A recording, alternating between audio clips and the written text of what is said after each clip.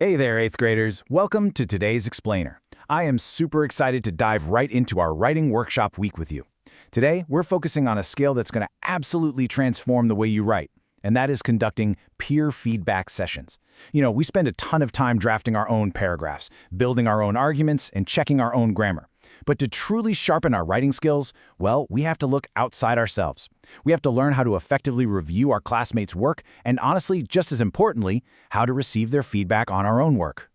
Now, this whole concept is built on a foundation you might already know. Proverbs 27:17 tells us, "As iron sharpens iron, so one person sharpens another." Just picture a blacksmith for a second. To make a dull blade sharp, they don't just gently wipe it with a soft cloth, right? No, they use another strong piece of metal. They create friction. In our writing workshop, you are the iron and your peers are the iron. When we do peer review, we're creating this positive, purposeful friction that literally sharpens our minds and polishes our writing. We aren't doing this to tear anybody down. We're doing this to make each other sharper, stronger, and way more capable.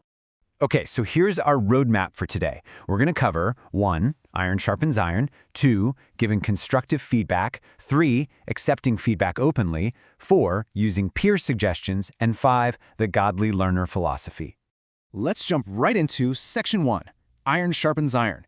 And look at why participating in these feedback sessions is absolutely crucial for your development as a writer. So why does this matter so much? Well, notice how our focus isn't just on fixing mistakes. Giving and receiving feedback is incredibly valuable because it forces you to see work from entirely new perspectives. When you're reading a classmate's essay, you might spot a really clever way they transition between paragraphs. That's spotting a strength. You can learn from their style and maybe even borrow that technique. On the flip side, when you spot a weakness, like maybe a confusing sentence in their draft, it actually trains your brain to recognize those exact same weak spots in your own writing. By evaluating others, you're secretly learning how to powerfully evaluate yourself. It's a real game changer. Moving right along to Section 2, giving constructive feedback, or as I like to call it, the art of being specific. So what exactly do we mean when we say feedback needs to be constructive? Basically, our goal here is to build our neighbor up, not tear them down. Constructive feedback focuses on identifying what's already strong in a piece of writing while respectfully pointing out what could improve. The absolute key here is providing specific, actionable suggestions. If you give a classmate feedback, they should know exactly what action to take next to make that paper better. Let's break down the difference between an unhelpful critique and a helpful one. Think about vague feedback for a second. If someone hands you their hard work and you just say, "It's good," or "It's bad," you've given them literally zero tools to sharpen their iron. It's just way too general.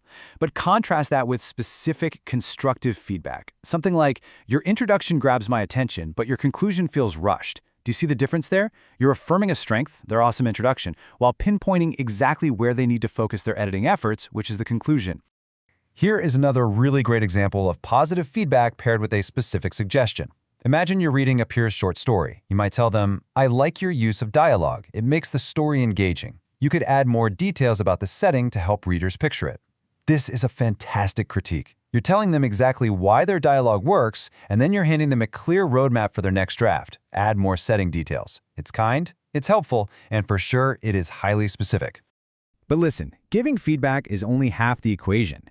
Section 3 is about the emotional side of peer review, accepting feedback openly and leaving our defensiveness behind. Look, it takes a lot of vulnerability to hand your writing over to someone else. It is completely normal to feel a little protective of your work. But imagine a defensive reaction. A peer kindly suggests your essay needs more evidence, and you cross your arms and think, "My essay is fine." The moment we put up that wall, the learning stops. The iron stays dull. Now, compare that to an open-minded response. You say, "Thanks, I'll look for more sources." Even if it stings for just a second to hear your paper isn't absolutely perfect, responding with an open mind lets you take that critique and actually use it to your advantage. Which leads us perfectly into Section 4, using peer suggestions. How do we take that feedback we just accepted and actually upgrade our work? This feedback loop requires action, so here are 3 simple steps to follow. Step 1, listen without getting defensive. Just absorb what your classmate is telling you. Step 2, look for sources or solutions. If they said your argument was a bit weak, we'll start researching. Step 3, actually add to or change the text. For example, if your peer review revealed that your informational essay wasn't quite convincing enough, you might actively choose to go find 2 more statistics and add them in to strengthen your core argument. You took the feedback, you found a solution, and you applied it to the draft. Guys, that is how growth happens. Finally, we come to Section 5, which is really the heartbeat of everything we do in this class, the Godly Learner Philosophy, prioritizing wisdom over intelligence. Romans 8, 6-7 tells us to be spiritually minded is life and peace. Now, you might be wondering, what on earth does being spiritually minded have to do with reviewing a rough draft? Honestly, everything. When we approach our classmates with a spirit of peace and a genuine desire to help them succeed, we are practicing spiritual mindedness. And when we receive a critique without pride or anger, but with a peaceful, teachable heart, we are honoring this scripture. Here at HeroesMart Academy, we intertwine biblical morality with education for one very specific reason. Education without morality can actually hurt. Think about it. If you're a brilliant writer, but you use your words to tear down your classmates during peer review, that intelligence isn't honoring God. Our knowledge and our intelligence should help us make wise, God-honoring choices, rather than just making us more capable of achieving things. So we pursue academic excellence, like writing incredible essays, while making sure we keep our minds centered on God, truth, wisdom, and righteous choices. Providing constructive, kind feedback is just a super practical way to love your neighbor and practice wisdom right here in the classroom. All right, as we wrap up today's explainer, let's look at your homework checkpoint. I want you to really chew on these 4 questions based on what we've just covered. First, why is specific feedback better than general feedback? Second, try to write down an example of constructive feedback of your own. Third, ask yourself, how can you personally show that you're open to feedback in our next class? And lastly, why is this entire process of peer review so valuable for your growth? And I'm going to leave you with this final, vital question to think about as you head into your actual writing workshop today. What is one specific change you might make after receiving peer feedback? Keep your mind open, remember to sharpen one another like iron, and use this entire process to build each other up.